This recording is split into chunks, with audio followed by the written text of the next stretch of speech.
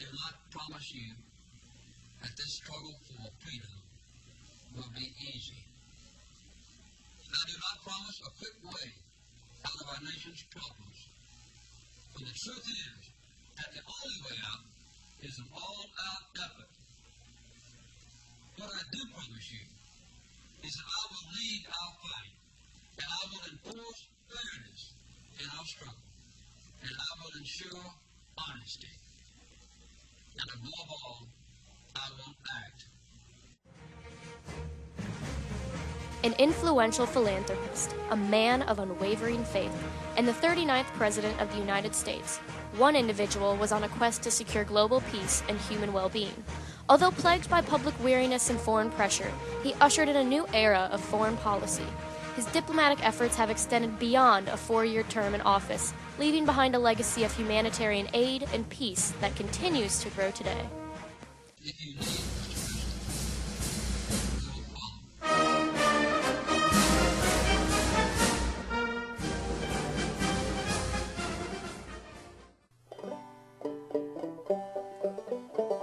Born on October 1, 1924, in Rural Plains, Georgia, young Carter acquired at an early age the qualities that would later make him a strong diplomatic leader.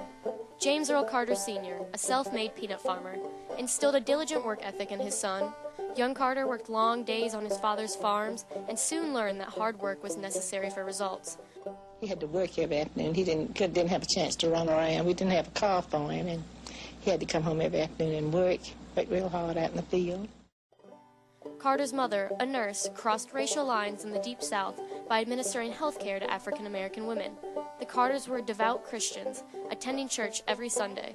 Carter's experience with his faith and his mother's outreach taught him the importance of both religious and racial tolerance.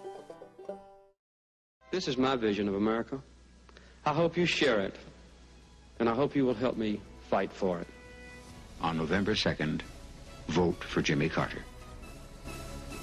Disciplined after 6 years in the Navy and prepared from his term as governor of Georgia, Carter ran for presidency in 1976 on the slogan, "A leader for a change," and bring change he did. Carter put new emphasis on an American foreign policy that reflected our own most precious values. We are privileged to witness tonight a significant achievement in the cause of peace, an achievement none thought possible. In the heat of his presidency, Carter brought together the Egyptian president and the Israeli prime minister for the first time in history. Over the course of 12 days, peace had been arranged between the two Middle Eastern nations as they signed a formal peace treaty. Diplomatic relations were established once more between the two. Never before had such strides of cooperation been accomplished. The legacy of Carter's success at Camp David still holds influence today in politics. It set a precedent for later attempts of negotiation in the Middle East, as reflected by the Madrid Conference of 1991 and the Oslo Accords of 1993, in which President Bush revived the Israeli-Palestinian peace process using efforts of negotiation and conferences that largely mimicked Carter's efforts at Camp David. Camp David demonstrated how peaceful cooperation was a more viable path to resolving foreign conflict rather than war. Carter brought a new approach to international politics through the Accords by turning formal politics into something more intimate. He familiarized himself with the other leaders and built friendships beyond just their political obligations. Some 60 Americans, including our fellow citizen whom you just saw bound and blindfolded, are now beginning their 6th day of captivity inside the U.S. Embassy in Tehran. It's Friday morning there now, but throughout this night in Washington, officials will continue their search for some way to negotiate the hostages' freedom. Despite the Camp David Accords, a new international crisis overshadowed the Egyptian-Israeli peace and built a much darker legacy to associate with the Carter administration. Iran, a region of the world historically full of strife, presented a problem for the United States. The Iranian Shah, exiled and dying in Mexico, was offered medical aid and refuge in the U.S., an instant provocation to his homeland.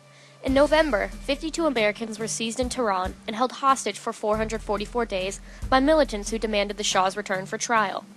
After 30 days of unsuccessfully trying to get the American hostages out of Tehran, the government of the United States is now trying to get the deposed Shah of Iran out of this country. Attempts to negotiate a release failed time and time again. In April 1980, Carter's subsequent rescue operation, Operation Eagle Claw, fell far short and resulted in enormous public outcry. it was my decision to cancel it when problems developed in the placement of our rescue team. The short-term legacy of the crisis, which was dubbed as an immense failure, caused Carter's term in office to end in despondent fashion. Ultimately, the product of failure associated with this foreign policy crisis severely impeded re-election, as domestic backlash and lack of support for Carter were a direct result of the crisis. The hostages were eventually released just minutes after Ronald Reagan's inauguration, which perpetuated the blame that many individuals had placed on Carter.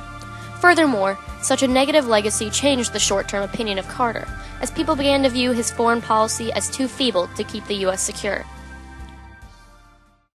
When President Carter came out of office, he was 56 years old. He was the youngest ex-president we had ever had. And he knew that he had a platform to do a whole lot more and open doors that other people wouldn't have access to because he's a former U.S. president. After Carter's loss in the election of 1980, a new era began for the former president, an era that would create a new and improved legacy surrounding Carter. Founded in 1982, the Carter Center is a non-profit organization founded to work on matters of international magnitude. Its projects range from democracy programs to disease eradication efforts. President Carter works to bridge the gap between those that are very poor and those that are wealthy, kind of the haves and have-nots. And he's very passionate about the work that he does. Thanks to the Carter Center, guinea worm disease and river blindness are on the brinks of eradication in multiple countries, and issues having to do with mental health are being discussed and solved. Efforts towards democracy have opened the opportunity to vote to many more people. Human rights violations are being addressed and remedied, and conflicts are being resolved at all hours of the day. The Carter Center and its mission of waging peace, fighting disease, building hope has reached over 80 countries and will continue to be one of the most powerful and significant pieces of President Carter's legacy for the world's generation to come. New York, 1984. The Carters volunteered with Habitat for Humanity for the first time. Since this encounter, the Carters have grown to be an integral sponsor of the charity organization. They have dedicated a week out of each year to spend leading the Carter Work Project. By promoting Habitat as well as sponsoring builds, the Carters have helped facilitate the growth and success of the nonprofit organization. Carter has used his international influence to bring Habitat for Humanity to Africa, the Middle East, Asia, and Europe. The Carters continue to work to build hope with hammers and nails around the world. People talk a lot about guinea worm, and that's great because you can quantify those things very clearly. But how do you quantify people who are empowered to have a voice in their own government? Panama, 1989. The Carter Center attends its first election observation. Led by the former president, election observations were meant to ensure that democratic practices were being followed. In Panama, General Manuel Noriega was convinced of victory, but when votes were not showing favor for the opposing candidates, he falsified results. Carter publicly condemned General Noriega, saying in Spanish, "Are you honest or are you thieves?" Noriega's party never made it to office and were soon expelled from Panama by U.S. forces.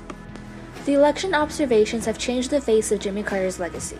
Now known as a deliverer of democracy, the former president has empowered the once oppressed voices of many countries, ensuring that their natural rights are protected. We are a great country, a strong country, a vital and a dynamic country, and so we will remain.